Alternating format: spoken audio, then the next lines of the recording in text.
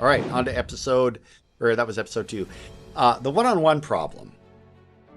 Now, the context is that debate clips outperform discipleship clips by like 100 to 1.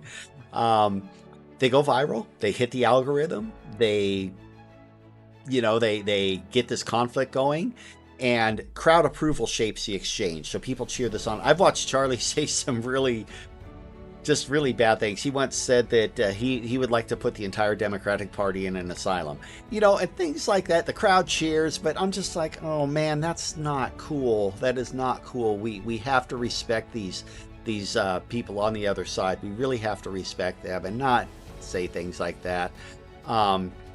This format rewards dominance, not humility. So that's the opposite of Christianity. We are supposed to be humble, not dominating.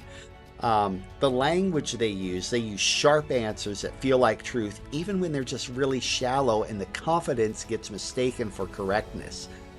Gotcha phrases replace genuine engagement. They trap them. They put them in a trap, and they frame things in a certain way. And, you're not a big man when you're an expert debater and you're owning college students. Now, a lot of these college students are super smart. I've watched a lot of these videos, but it's just spin and it's redirection. And a lot of the answers that they have are scripted, and this has come out. Now, Charlie's intent is conversation to a cause, not to Christ. That's always been his intent. And exchanges are more optimized for the viewer, not the questioner or the guy asking the questions. This is like they're putting on a show here.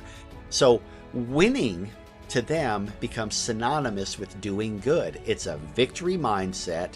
And once again, it's misaligned with biblical principles. And it's an ego boost. And man, some of the pride that I see in these faces of these TPUSA people is just appalling. I don't hate them, and they're not evil, but they're just misaligned and they're misguided. And their system rewards confidence. It's like, let's be confident, but it's not really rewarding compassion. Now, some scriptures or some biblical ideas is that Jesus met questions with questions. He always did that. Who do you say that I am? He did a lot of this stuff.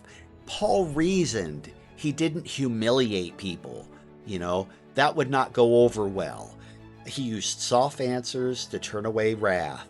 And Jesus restored dignity in every conversation. Look at the woman at the well. Look, he restored her dignity. TPUSA frames conflict as clarity.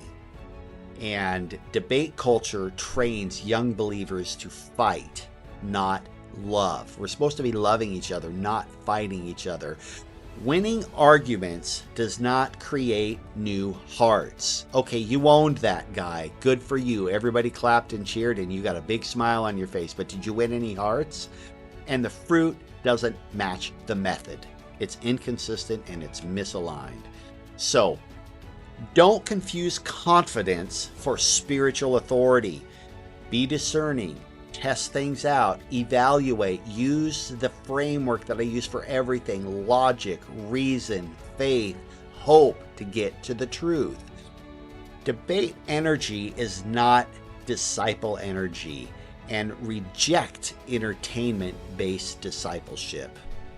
One-on-one debates may make great clips, not great Christians.